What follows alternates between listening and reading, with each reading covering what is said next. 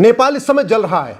नेपाल का supreme court जल रहा है, नेपाल का संसद जल रहा है, नेपाल का राष्ट्रपति भवन जल रहा है, नेपाल के प्रधानमंत्री का घर जल रहा है, मंत्रियों का घर जल रहा है, जजों का घर जल रहा है। इस समय पूरे नेपाल में अफरा तफरी मची हुई है। भारत के बॉर्डर पे कुल 7 देश हैं, 7 में से नेपाल ये 5वां देश है जहां पिछले 5 साल में ये घटना हुई है। 2021 में अफगानिस्तान में ऐसी घटना हुई, तालिबान ने वहां पे शासन ले लिया, अपना शासन करने लग गया। 2022 में श्रीलंका में ऐसे तख्तापलट हुआ। 2023 में ऐसे ही पाकिस्तान में हुआ था।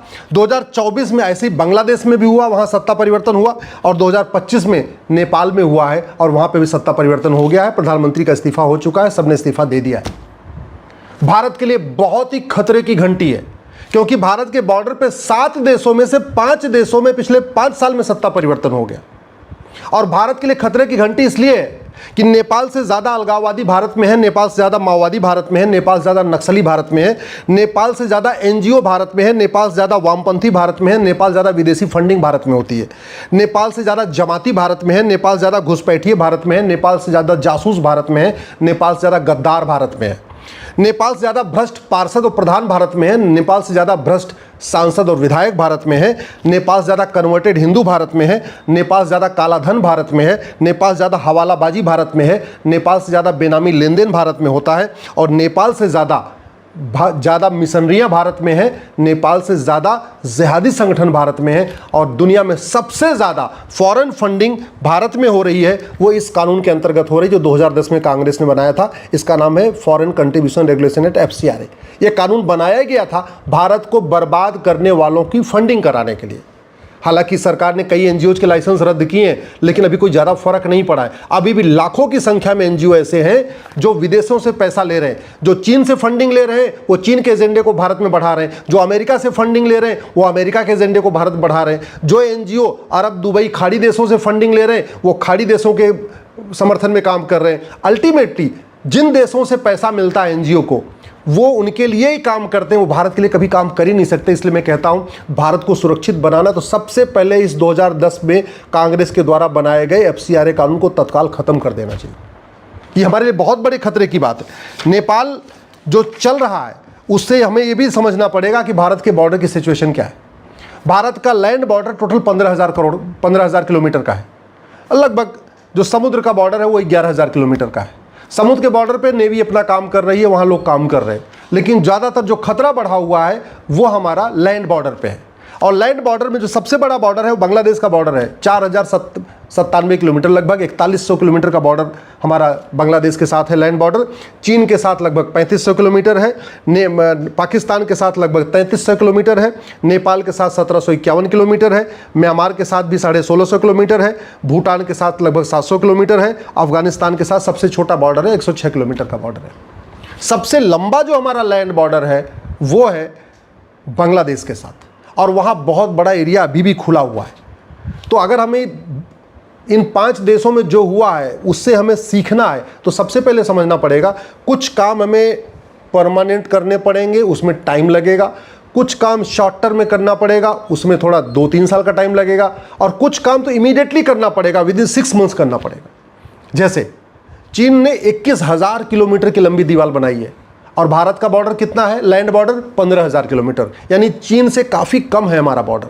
और चीन ने सोचिए उस ज़माने में जब कोई टेक्नोलॉजी नहीं थी, कुछ नहीं था, आज के 800 साल पहले, 700 साल पहले, उन्होंने 21,000 किलोमीटर लंबी दीवार बना दिया, 20 फीट चौड़ी और 40 फीट ऊंची। आज की, और हमारा लैंड बॉर्डर कितना, 15,000 किलोमीटर का है। अगर आज से हम 20 बाई 40 की दीवार बनाना शुरू करें, साल में 1000 किलोमीटर बनाएं, तो अगले 1500 साल में पूरा का पूरा जो 1500 किलोमीटर का लैंड बॉर्डर है, जो बांग्लादेश, चीन, पाकिस्तान, नेपाल, म्यांमार, भूटान, अफगानिस्तान का 15,000 किलोमीटर का बॉर्डर है, हम अगले 15 साल में उसको बना सकते हैं। तो ये हो गई लॉन्ग टर्म प्लानिंग। लेकिन शॉर्ट टर्म क्या करना चाहिए? शॉर्ट टर्म में ये जो 15,000 किलोमीटर का लैंड बॉर्डर है, कम से कम हमें वहाँ 2 लेन की सड़क बना देनी चाहिए, और वहाँ पे 30 से 40 फीट ऊंची फेंसिंग बना देना चाहिए। सड़क इसलिए बनानी जरूरी है जिससे हमारे BSF के लोग, ITBP के लोग लगातार वहाँ पेट्रोलिंग कर सकें। इसके साथ ही साथ वहाँ पे 500-500 किलोमीटर पे वॉच टावर बनाना चाहिए। हर 500 मीटर के ऊपर 50 फीट ऊंचा वॉच टावर हो, जहाँ पे हमारे सेना के 2-4 जवान ऊपर खड़े हो रहे हैं। हर 500 मीटर के बाद बड़े बड़े वहाँ डिस्प्ले बोर्ड लगा देना चाहिए, और डिस्प्ले बोर्ड पे लिख देना चाहिए कि अगर कोई भारत के अंदर घुसने की कोशिश करेगा उसको देखते गोली मार दी जाएगी। ये खौफ पैदा करना पड़ेगा। अभी ऐसा कोई सिस्टम नहीं है। उल्टा 2012 में हमारी सरकार ने, मनमोहन सिंह की सरकार ने बांग्लादेश के साथ नॉन लीथल ट्रीटी किया हुआ है और नॉन लीथल ट्रीटी आज भी चल रही है। हमारे बीएसएफ के जवान वहां मजबूर हैं, वो केवल रबर का बुलेट चलाते हैं, लाठी चलाते हैं, डंडा पर चलाते हैं, हवाई फायरिंग करते हैं, गोली नहीं मार सकते। फिर फायदा क्या बीएसएफ पे बॉर्डर पे बीएसएफ खड़ा करने का? कम से कम ये बीएसएफ को अधिकार मिलना चाहिए कि जो अंदर आने की कोशिश करे उसको 2 बार 3 बार हवाई फायरिंग करो, फिर भी नहीं मानता तो गोली मारो। ये हमें अधिकार देना पड़ेगा। बांग्लादेश के साथ नॉन लीथल ट्रीटी खत्म करना पड़ेगा। जो हमारी फेंसिंग हो उसमें ऐसी व्यवस्था हो कि जरूरत पड़ने पे वहां स्विच दबा दें और पूरे फेंसिंग में बिजली की करंट दौड़ जाए।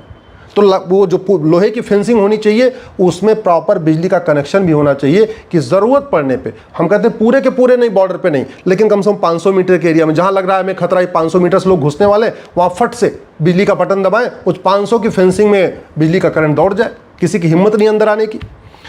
इसके साथ साथ हमें अपना कानून बदलना पड़ेगा।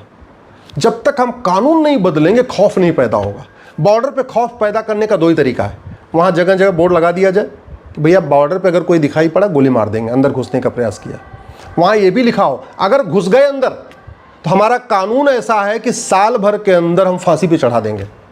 तो व्यक्ति के अंदर एक खौफ रहेगा कि बॉर्डर पे मिल गए तो गोली मार देंगे, और अगर हम छिप के अंदर चले भी गए तो हमारा narco polygraph brain mapping test होगा, हमको साल भर के अंदर फांसी पे चढ़ा दिया जाएगा। ये हमें कानून बनाना पड़ेगा। जो बाहर के घुसपैठी हैं, जो अंदर आने की कोशिश करते हैं, जो उनके मददगार हैं, उनको भी वही सजा देना पड़ेगा जो बाहर से लोग आते हैं, तब जाके कानून का खौफ पैदा होगा। तो इसलिए मैंने कहा, एक तो हुआ चीन जैसी दीवार 15,000 किलोमीटर पे, उसमें लगभग 15 साल लगेगा अगर प्रति वर्ष हम 1,000 किलोमीटर लंबी दीवार बनाए तो।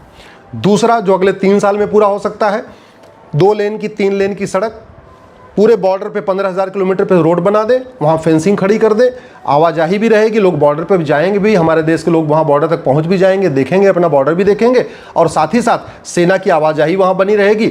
वहाँ पे सीसीटीवी की व्यवस्था हो, वहाँ पे बिजली के करंट भी फेंसिंग में बिजली के करंट मारने की भी व्यवस्था हो, वॉच टावर भी लगा हो, जगह जगह डिस्प्ले बोर्ड भी लगा हो, हर 2 घंटे पे वहाँ लाउड स्पीकर से ऐलान भी किया जाए कि भारत के अंदर प्रवेश करना जघन्य अपराध है, पकड़े जाने पे गोली मार दी जाएगी और अंदर गए तो फांसी दे दी जाएगी कोर्ट के द्वारा। ये व्यवस्था करनी पड़ेगी। इसलिए जो तत्काल काम किया जा सकता है, इस बीएनएस में 5 नए चैप्टर जोड़ने की ज़रूरत है। बीएनएस में एक चैप्टर जोड़ना चाहिए ऑफेंस रिलेटिंग टू इन्फिल्ट्रेशन, दूसरा चैप्टर जोड़ना चाहिए ऑफेंस रिलेटिंग टू करप्शन, क्योंकि जो बाहर अंदर बैठे हुए हैं गद्दार जासूस, ये इनको पैसा आ रहा है, इस पैसे के लिए ये विदेशी एजेंडा चला रहे हैं। कोई चीन का एजेंडा चलाता है, कोई पाकिस्तान का एजेंडा चलाता है, कोई बांग्लादेश का एजेंडा चलाता है, सारे कोई ह्यूमन राइट के नाम पे एजेंडा चला रहे हैं, कोई सुप्रीम कोर्ट पहुंच जाते हैं, कोई हाई कोर्ट पहुंच जाते हैं। ये जो एजेंडाधारी हैं, चाहे वो वकील हों, चाहे एनजीओ हैं, या जो भी सामाजिक कार्यकर्ता के नाम पे खेल चल रहा है, वो तभी बंद होगा जब बाहर से फंडिंग बंद होगी। तो एक तो एफसीआरए खत्म करना पड़ेगा, और जो अंदर से ब्लैक मनी की फंडिंग हो रही है, बेनामी फंडिंग हो रही है, काला धन की फंडिंग हो रही है, हवाला की फंडिंग हो रही है, उसको भी रोकने के लिए एक दूसरा चैप्टर जोड़ना पड़ेगा, ऑफेंस रिलेटिंग टू करप्शन। तीसरा इसमें नया चैप्टर जोड़ना पड़ेगा, ऑफेंस रिलेटिंग टू कन्वर्जन। चौथा इसमें हमें नया चैप्टर जोड़ना पड़ेगा, offence relating to drug smuggling. और 5वां नया चैप्टर जोड़ना पड़ेगा, offence relating to land grabbing. अभी मैं बंगाल भी होके आया, अभी मैं कुछ दिन पहले असम में भी होके आया। घुसपैठिए आराम से बेरोक टोक अंदर घुस जा रहे हैं। अंदर आने के बाद हाईवे के किनारे, रेलवे के किनारे, सड़क के किनारे, बस अड्डे के किनारे झुग्गी बना लेते हैं। क्यों? क्योंकि भारत में ज़मीन पे कब्जा करना कोई जघन्य अपराध नहीं, अवैध अपराध नहीं है, कोई बहुत गंभीर अपराध नहीं। तो इसलिए 5 चैप्टर जरूरी है, offence relating to infiltration, offence relating to corruption, offence relating to conversion, offence relating to drug smuggling, offence relating to land grabbing. सबसे बड़ी बात, ये जो 5 चैप्टर है, हमें इसको राष्ट्र की सुरक्षा के लिए खतरा घोषित करना पड़ेगा। और राष्ट्र की सुरक्षा के लिए खतरा घोषित करने के लिए ज़रूरी है, हमारे पास नेशनल सिक्योरिटी एक्ट है, इसमें हम लिख दें कि ये infiltration, corruption, conversion, drug smuggling, land grabbing, ये राष्ट्र की सुरक्षा के लिए खतरा है। जो ये 5 अपराध करेगा उसके ऊपर एनएसए लगेगा। हमारे पास यूएपीए है, अनलॉफुल प्रिवेंशन एक्टिविटी एक्ट है, लेकिन इसमें कहीं लिखा नहीं कि क्या अनलॉफुल एक्टिविटी है। हमें इस कानून में बदलाव करके तत्काल ये लिखना चाहिए कि infiltration, corruption, conversion, drug smuggling, land grabbing ये अनलॉफुल एक्टिविटी है। जो ये 5 अपराध करेगा उसके ऊपर यूएपीए लगेगा। सबसे बड़ी बात ये, हमारे पास इसमें से 4 धाराएं ऐसी हैं बीएनएस की जिसको तत्काल बदलने की ज़रूरत है।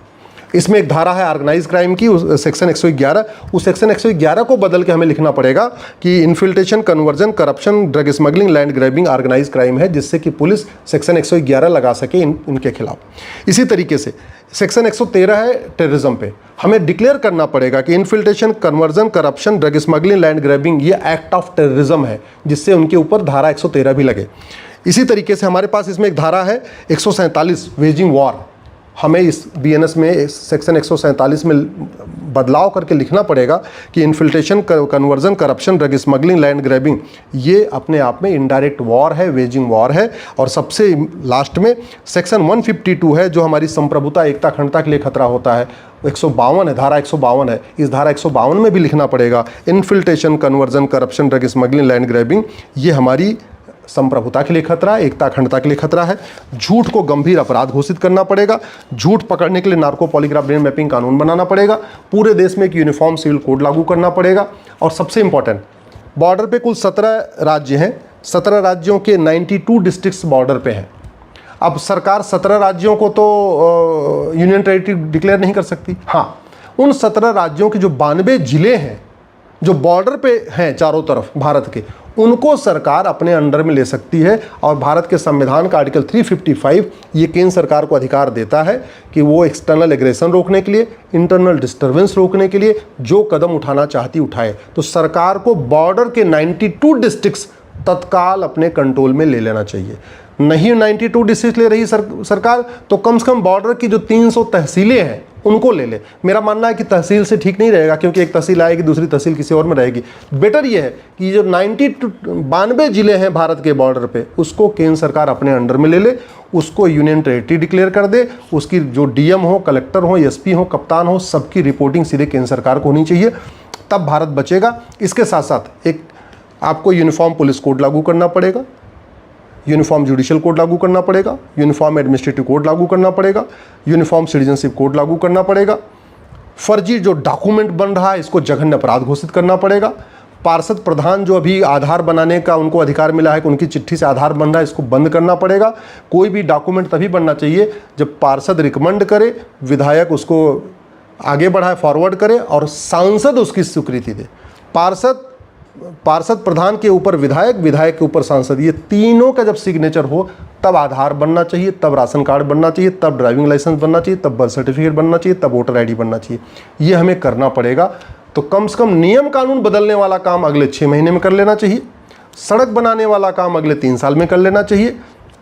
लेकिन जो परमानेंट सोल्यूशन है वो चीन जैसी दीवार 20 बाई 40 की या 25 बाई 50, 25 फीट चौड़ी, 50 फीट ऊंची, पूरे बॉर्डर पे जो 15,000 किलोमीटर है वहाँ हमें दीवार बनानी चाहिए। बहुत बड़ा खतरा बढ़ रहा है। बॉर्डर के हमारे जो 5 देश हैं वहाँ पे ये अराजकता हो चुकी है। एक चीन बचा हुआ, एक भारत बचा हुआ है, भूटान बचा हुआ है। ये हमारे लिए बहुत बड़ा ये चिंता का विषय है। इसलिए तत्काल नियम कानूनों को बदलना चाहिए।